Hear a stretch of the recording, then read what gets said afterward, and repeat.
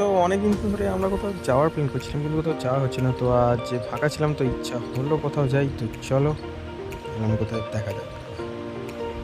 First আমরা train থেকে নামলাম বালুরঘাট স্টেশন। দেনের পর আমরা তলায় নেমে জাস্ট জিজ্ঞাসা করছিলাম তো আমাদের ডেস্টিনেশনটা বনমালীপুর। আর এখানে অনেকক্ষণ দাঁড়ানোর পর আমরা কোনো গাড়ি পাচ্ছি না। সো অনেকক্ষণ দাঁড়ানোর পর আমরা একটা গাড়ি পেলাম, এবার ওই গাড়িটা ধরেই যাচ্ছি। তো যার গাড়ি করে গেছিলাম সেই দাদা আমাদের এই জায়গাটার ব্যাপারে অনেক কিছু বললো। আর দেখো সামনের সিনারিটা কত সুন্দর দেখা যাচ্ছে।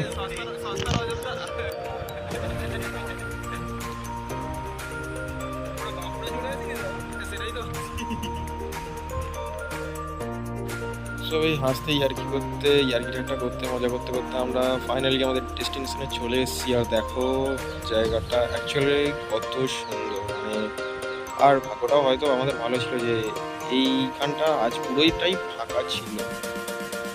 আর বাকিটা চলো ভিতরে যাও।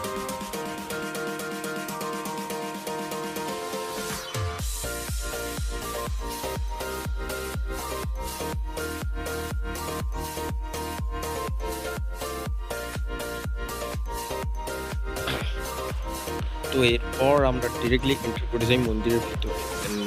মন্দিরের ভিতর তোমরা দেখতে পাচ্ছ এই যে মাঝে একটা কচ্ছপ, আমি জানি না এটা কি, তবে আমার যতদূর মনে হচ্ছে যে ভগবান বিষ্ণুর যে সেকেন্ড অবতার ছিল, কুর্ম অবতার, তো এটা ওটারই কোনো নিদর্শন হবে। আর দেন দেখতেই পাচ্ছ মানে একে দেখে আমাদের একটা বন্ধুর কথা মনে পড়ে গিয়েছিল আর কি। তো ওই ওপরই সমালোচনা হচ্ছিল, তো ছাড়ো এসব, ভিতরে চলো। আর ভিতরে দেখতে পাচ্ছি যে এটা যতদূর মনে হচ্ছে এখানে হোম বা যজ্ঞ কিছু হয়। আমি এখানে লাস্ট এসেছিলাম যেবার এটা মন্দিরটা তৈরি হচ্ছিল, আজ থেকে প্রায় 7 বছর আগে। প্রথমে এসেছিলাম তখন বাবার সাথে, দেন তারপর এই 7 বছর পর আবার আসা।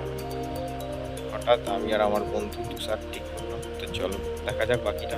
ভিতরে এবার যেটা দেখতে পাচ্ছ এই মেন মন্দিরের ঠাকুরটা, আমি আমি আজ অব্দি এটা উদ্ধার করতে পারলাম না আদৌ এটা কোন ঠাকুরের মূর্তি, তবে দেখে মনে হচ্ছে এটা ত্রিদেবের সংমিশ্রণ কিছু হবে।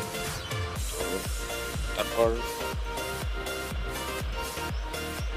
যাই হোক দক্ষিণা দিয়ে দেন প্রণাম করে আমরা চলে যাই মন্দিরের ভিতর দিকে।